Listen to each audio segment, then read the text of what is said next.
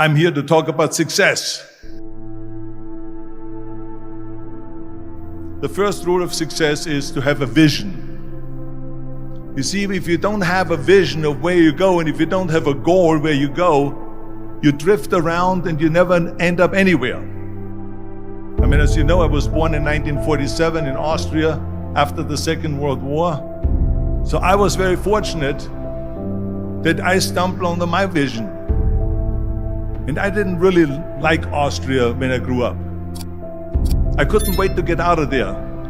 I couldn't see myself becoming a farmer or a worker in a factory or anything like that. Even though my parents wanted me to stay there and have a normal life. But that was their vision, not mine. My vision was totally different. I felt that I was born for something special, for something unique, for something big. Then one day I went to school. I remember I was 11 years old, and they showed a documentary about America. And there they showed in this documentary the huge skyscrapers, the high-rises, the huge bridges, the 6-lane freeways, and all of this stuff. And I said to myself, that's where I want to be. I don't want to be around here with these little farmhouses and these little buildings. I want to be in America. One day after school, I walked by a store in Graz. So I went inside and I looked around, and then I saw a magazine. I saw a bodybuilding magazine that had Reg Park on the cover. Reg Park was then a 3-time Mr. Universe. And I saw him on the big screen as Hercules. I read that and I said to myself, wow, this is the blueprint for my life. This is exactly what I want to do. I want to become a bodybuilding champion just like Reg Park. I want to get into movies just like Reg Park. And I want to make millions of dollars and be rich and famous just like Reg Park. Do you know how great it felt that I knew where I was going? Imagine the majority of people don't know where they're going. I knew where I was going, that I'm going to become this bodybuilding champion just like him. So it was just a question of how do you do it? I was so relieved, because when you have a goal, when you have a vision, everything becomes easy. So people always ask me, when they saw me in the gym in the pumping iron days, they say, why is it that you're working out so hard? 5 hours a day, 6 hours a day, and you have always a smile on your face. And I told people all the time, I said, because to me, I'm shooting for a goal. In front of me is the Mr. Universe title. So every rep that I do gets me closer to accomplishing that goal, to make this goal, this vision turn into reality.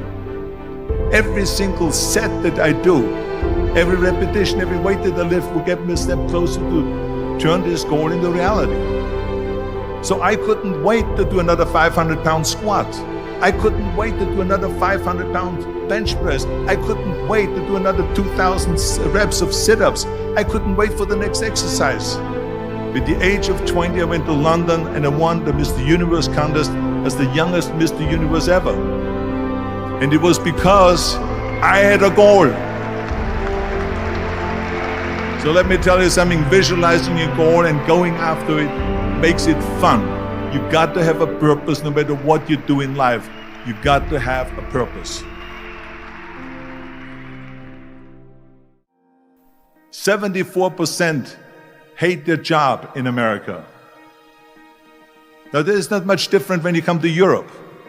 The majority of people don't like what they're doing, because they're really not doing it because they didn't have a goal and they followed this goal.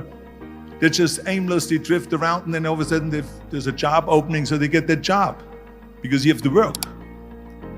But then when you work, it's a chore.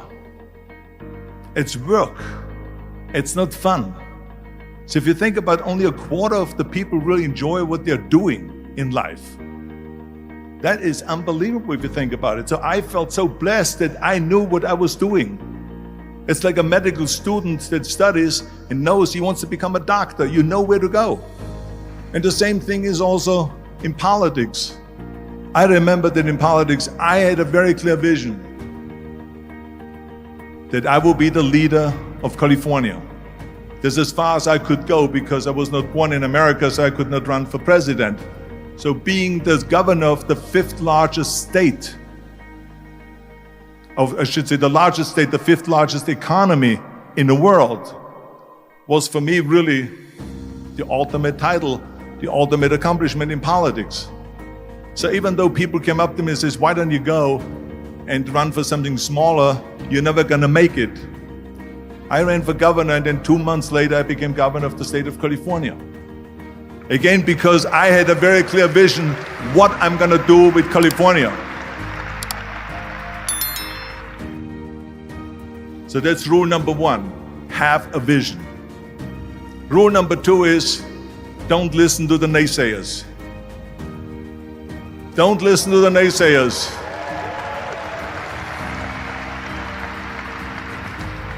Everything I ever did, the thing that I heard out of people's mouth was, that's impossible. That can't be done. Or no. That is exactly what I heard, and of course I proved to the people that it can't be done. So whenever someone said to me, it can't be done, I heard, it can be done. When they said no, I heard yes. And when they said it's impossible, I heard, it is possible. I'm a strong believer of what Nelson Mandela said, that everything is always impossible until someone does it. Well, I'm gonna be the one, I said to myself, I'm gonna do it and I'm gonna show it to them. Maybe it has never been done before. That's perfectly fine with me. But I'm gonna do it. And I did not listen to the naysayers. It's all about the hard work that you put in. I said to myself, in bodybuilding I worked out 5-6 hours a day. I'm gonna do the same thing now for acting. And of course I went to college to study English. I studied the accent removal, acting classes, and all of this stuff, all day long. I worked and I worked and I worked. And within a short period of time, I made one movie called Hercules in New York, which of course went right into the toilet. But it didn't discourage me. I still had the same vision. And then all of a sudden I did Streets of San Francisco. I did Stay Hungry and Pumping Iron and The Villain. And then all of a sudden I was asked by Dino De Laurentiis and by Universal Studio to star in Conan the Barbarian. And the same thing was with Terminator. After we were finished filming Terminator, Jim Cameron said to the press, if Arnold wouldn't have had that accent and talked like a machine, I think the movie wouldn't have worked. So think about that. The body and the accent that they attacked was an asset. But I didn't listen to those losers.